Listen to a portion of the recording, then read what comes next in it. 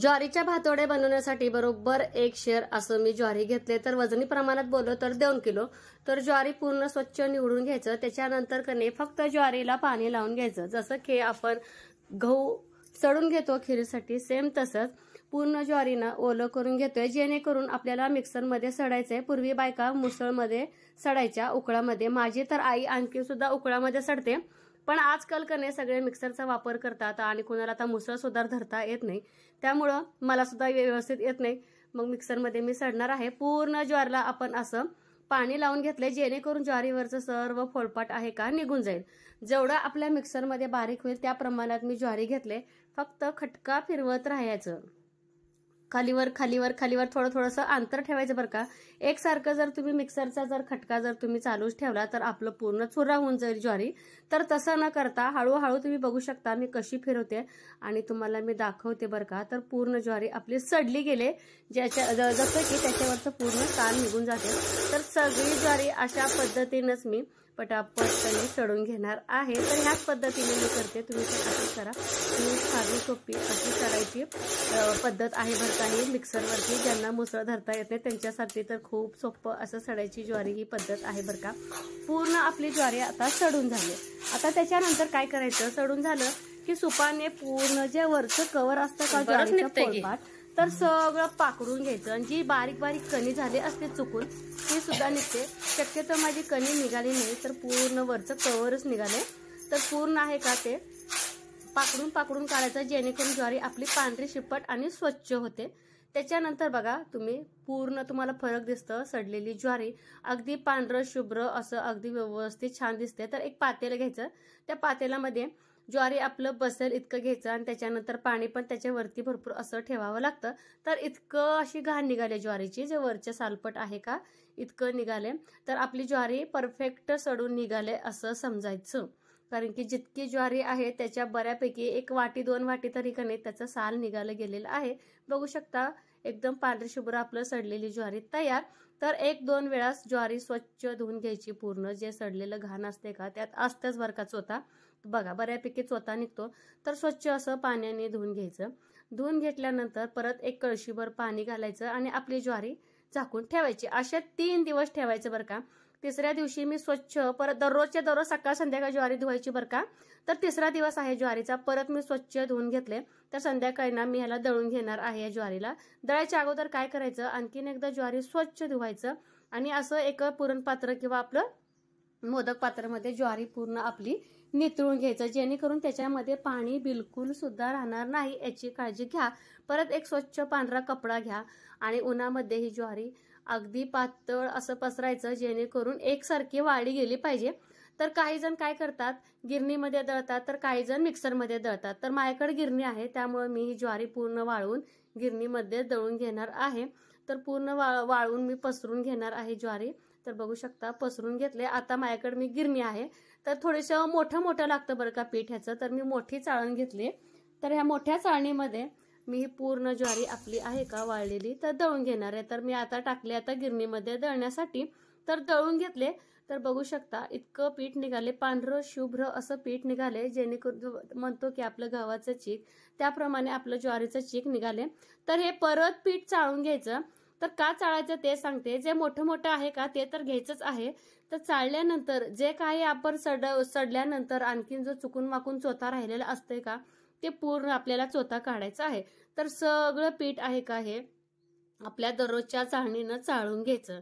चाळून घेऊन एका सुपामध्ये हे सगळं चाळ ठेवायचं आणि चाळून पूर्ण झाल्यानंतर काय करायचं माहिती आहे का, परत जे चाळलेला चोथा आहे ते परत पाकडून घ्यायचंय. जर अशा पद्धतीनं 1 शेराचं इतकं पीठ माझं निघालंय. पीठ म्हणण्यापेक्षा आपण चिकच म्हणूया ह्याला.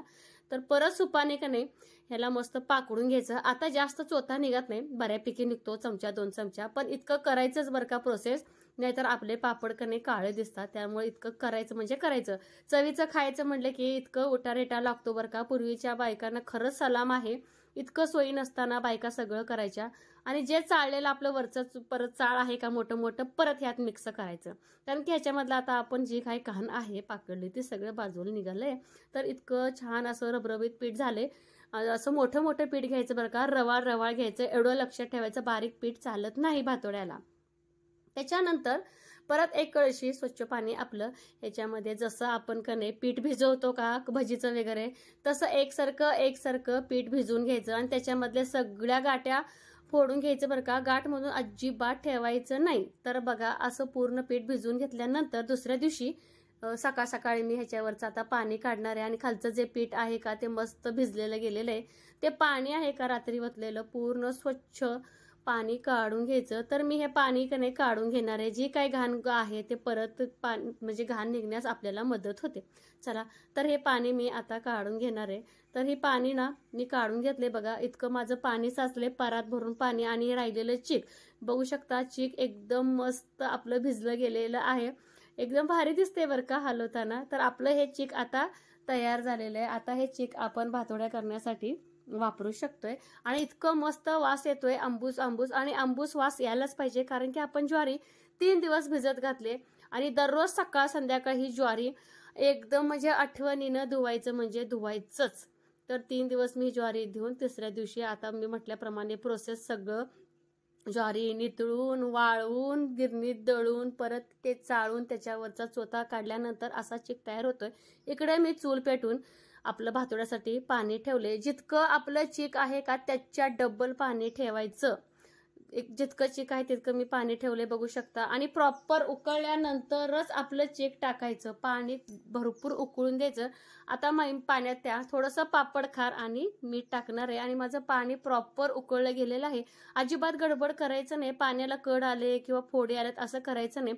प्रॉपर पाणी उकळूनच द्यायचं. आणि मी नेहमी काय करते कुरड्या असो भातोड्या असो चुलीच्या खाली आपण पातेलं काढायचं आणि कोणाला एका तरी मदतीला घ्यायचं. तर आई आहेत आमच्या आई माझ्या चीक ओतू लागतात आणि एकसारखं डाव आहे का फिरवत घ्यायचं. लगातार फिरवायचं जेणेकरून का नाही आपलं गाठी अजिबात होत नाही. एका दिशेने फिरवायचं हे सुद्धा लक्षात घ्या. चुलीवर किंवा गॅसवर जेव्हा तुम्ही करता गॅसवरती ठेवून कधीच कुठलंही चीक टाकायचं नाही. त्याच्यामुळं भरपूर अशा गाठ्या होतात आणि डोकेदुखी होते आणि किती जरी काही केलं गाठी फुटत नाहीत. आपण इतकं कष्ट केल्यासारखं का अगदी व्यवस्थितच ह्या गोष्टी करायचं बरं का उन्हाळ काम. कारण की हा ज्वारीच्या भातोड्याला तर बरंच उठारेटा आहे बघू शकता. एकही सुद्धा तुम्हाला गुठडी दिसणार नाही. ज्या पातेल्यात आपण चीक काढून घेतलं होतं का त्या पातेल्याचं चीक सुद्धा एका ग्लासमध्ये पाणी घेऊन पूर्ण पुसून काढायचं. अजिबात वाया जाऊ द्यायचं नाही कारण की भरपूर असं कष्ट केलंय. परत मी चुलीला जाळ लावून घेतले आणि आपलं पीठ शिजवून घ्यायचं. दर 10 मिनिटाला कने पीठ चेक करत राहायचं आणि सारखं झाकायचं.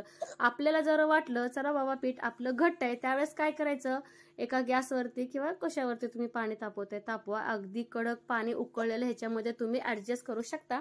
आपलं पीठ शिजलेलं गेले त्याच्यामध्ये मी आता भरपूर असं तीळ घातले. तिळाने पापडाला चव येतेच येते आणि पापड सुद्धा आकर्षित दिसतं.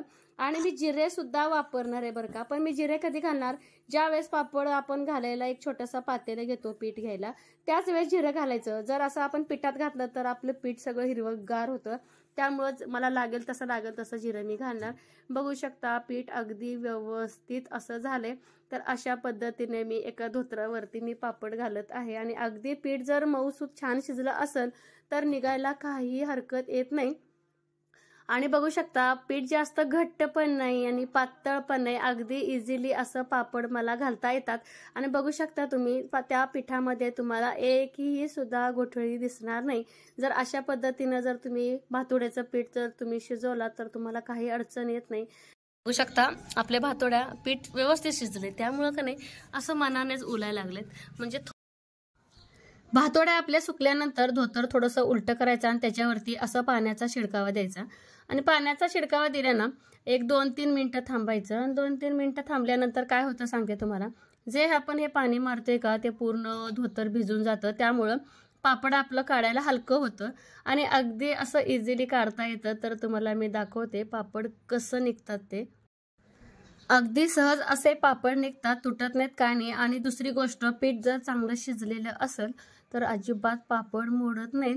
तर अशा पद्धतीनं आम्ही धोतर भिजून असे पापड काढतोय बरं का. तर तुम्ही सुद्धा असेच काढा. अगदी व्यवस्थित असे पापड अगदी साधी सोपी आणि पौष्टिक अशी रेसिपी आहे. पारंपरिक पद्धतीचे बनवलेले आहेत मी ज्वारीच्या ह्या भातोड्या.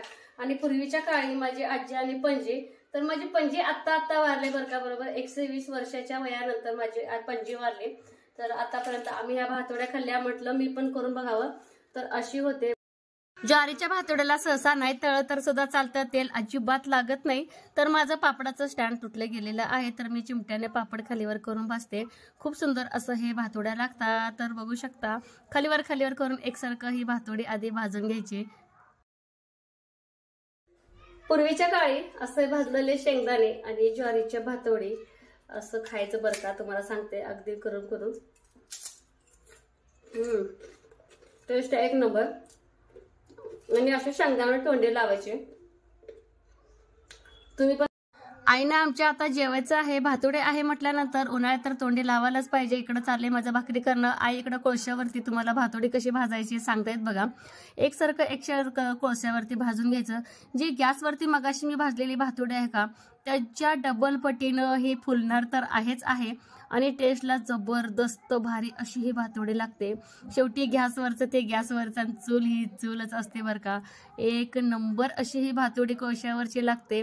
आणि आई भाजतात म्हटल्यानंतर एकसारखं तर होणारच बरं का. गॅसवरती तुमचं एक वेळेस करपून जाईल, पण चुलीवरती असा प्रकार अजिबात होत नाही. आणि जो स्मोकी फ्लेवर असतो ना, तो फ्लेवर येतो बरं का कोळशावरती. तर चला, कशी वाटली रेसिपी नक्की कमेंट बॉक्समध्ये सांगा.